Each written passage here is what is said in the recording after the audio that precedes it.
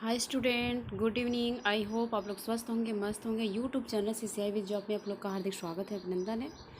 आज का जो क्वेश्चन है, कुछ क्वेश्चन है, इसमें शिक्षण से क्वेश्चन लिया गया है जो ईयर स्टेट के लिए बहुत ही इंपॉर्टेंट क्वेश्चन है। तो इसमें क्वेश्चन के साथ व्याख्या भी इंक्लूड है। तो चलते हैं क्वेश्चन की ओर। अगर आप लोग को वीडियो पसंद आता है तो प्लीज़ वीडियो को लाइक, सब्सक्राइब, शेयर जरूर कीजिएगा। पहला क्वेश्चन है कि विद्यार्थी ... अधिगम सीखते हैं। विद्यार्थी अधिगम सीखते हैं तो क्या करके, देखकर, अवलोकन करके, पढ़कर या तो सुनकर। यहाँ पे होगा इसका ऑप्शन, जो सही होगा वो करके। विद्यार्थी अगर करके कोई चीज़ सीखते हैं तो क्या होता है, उसे अच्छे से याद कर लेते हैं। इसलिए जब भी बच्चों को शिक्षा दी जाती है तो करके सीखने पर जोर दिया जाता है। आगे इसका व्याख्या देख लेते हैं। व्याख्या क्या है, यहाँ पे व्याख्या देख ले। सीखना एक व्यापक प्रक्रिया है।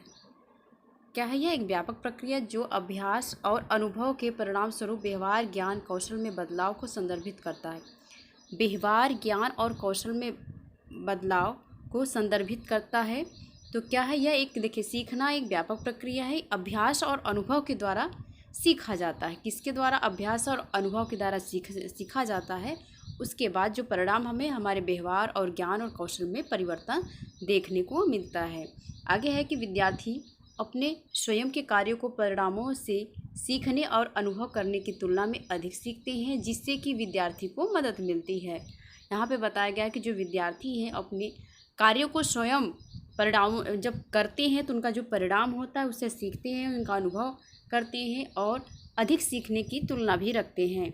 और इससे क्या है कि विद्यार्थी को मदद मिलती है कि जो कि इससे इनका सीखना है या अधिगम है वो जल्दी हो जाता है। आगे क्वेश्चन है कि लंबी अवधि के लिए, क्वेश्चन ही इसी से पॉइंट इंक्लूड है यहाँ पे। लंबी अवधि के लिए सूचना और अवधारणाओं को बनाए रखना, कौशल को बढ़ाना और अवधारणा को बेहतर समझना, सीखने की प्रक्रिया में उनकी जिज्ञासा और रुचि को विकसित करना, सक्रिय रूप से सामग्री के साथ संलग्न करके मूर्त अनुभव प्राप्त करना, सैद्धांतिक ज्ञान को लागू करके व्यवहारिक ज्ञान को आत्मसात करना। यह सब निष्कर्ष के अंतर्गत बताया गया। यहाँ पे यह बताया गया कि यह निष्कर्ष निकाला जा सकता है कि विद्यार्थी करने से अधिक सीखते हैं। कोई भी कार्य करके सीखने में करते हैं तो उससे क्या है, उन्हें अधिक सीख मिलती है। आगे क्वेश्चन की ओर चलते हैं। आगे क्वेश्चन है कि दृष्टि तीक्ष्णता वाला एक बच्चा किसकी मदद से अधिगम को अधिकतम करता है? दृष्टि तीक्ष्णता वाला बच्चा किसकी मदद से अधिगम को अधिक करता है? तो श्रवण प्रणाली द्वारा, सुनकर। अगर वो दृष्टिबाधित है, अगर वो आँख से देख नहीं पा रहा है तो वो सुनकर हर एक कामों को कर सकता है, वो अधिगम कर सकता है। उसमें क्या है, वो अधिक तेज रहेगा सुनकर कार्य करने में।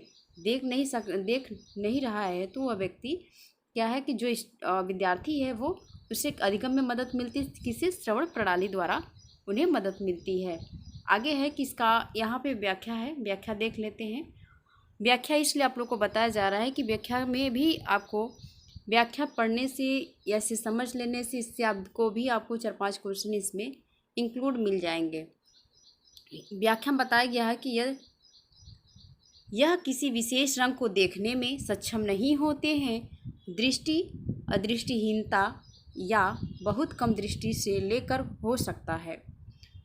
दृष्टि तीक्ष्णता क्या है? दृष्टि क्षीणता वाला एक बच्चा श्रवण प्रणाली की मदद से सीखने को अधिकतम करता है। इसलिए पाठ्य पुस्तक की ऑडियो सीडी को विभिन्न विषयों के बारे में जानकारी प्रदान करके और उनके आत्मविश्वास और स्वतंत्रता को बढ़ाने के लिए, अपने ज्ञान को समृद्ध करने के लिए कम दृष्टि वाले बच्चों को प्रदान किया जाता है, यहाँ पे बताया गया है। आगे चलते हैं क्वेश्चन की ओर। आगे क्वेश्चन है कि बुनियादी शिक्षा का विचार किसके द्वारा प्रतिपादित किया गया है? तो महात्मा गांधी के द्वारा प्रतिपादित किया गया है।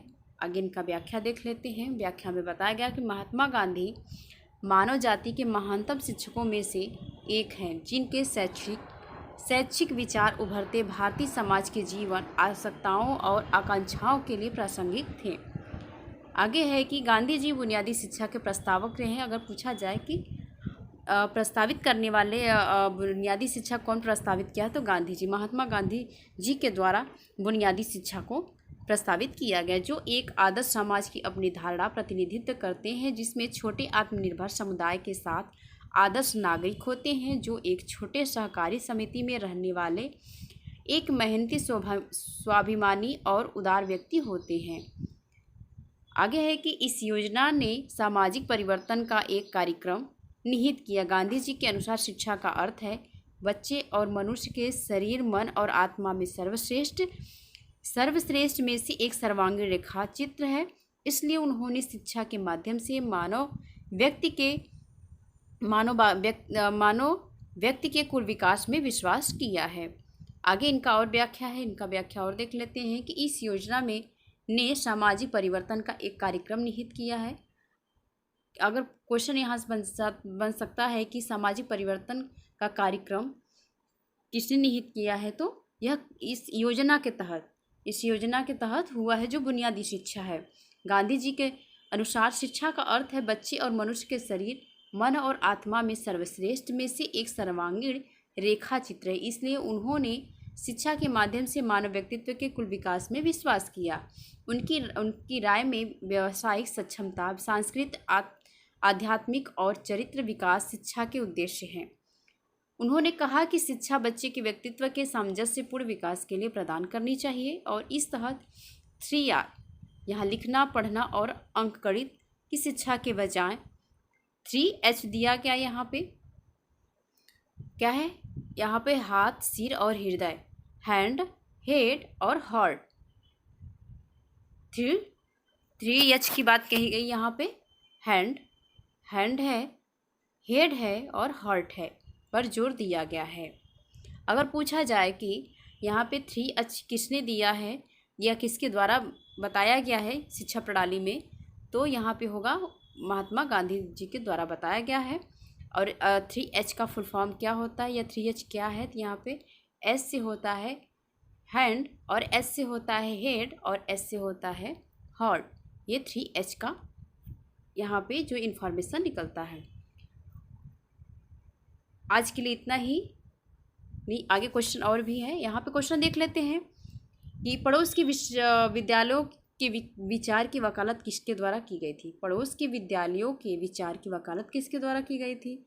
तो भारतीय शिक्षा आयोग के द्वारा की गई थी। कब की गई थी? 1964 से लेकर 1966 ईस्वी तक की गई थी।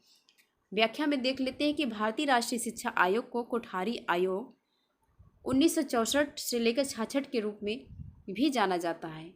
इसे निम्न में स्थापित किया गया है। दौलत सिंह कोठारी आयोग की अध्यक्षता में।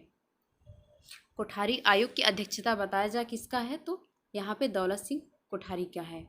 भारत में शैक्षिक क्षेत्रों के सभी पहलुओं की जांच करना और शिक्षा के उत्थान के लिए उचित रणनीति और क्या है यहाँ पे दिशा निर्देश तैयार करना, यहाँ तक इन्होंने बताए हैं। जो आपका भारतीय राष्ट्रीय शिक्षा आयोग आया है तो किसके द्वारा किसकी अध्यक्षता में आया है? तो दौलत सिंह कोठारी के अध्यक्षता में आया गया है। क्या है? यह लाया गया था। कब आया था? 1964 से लेकर 66 ईस्वी के बीच में। तो आज के लिए इतना ही। आई होप आप लोग को वीडियो पसंद आएगा, तो प्लीज़ वीडियो को लाइक, सब्सक्राइब, शेयर जरूर कीजिएगा। धन्यवाद।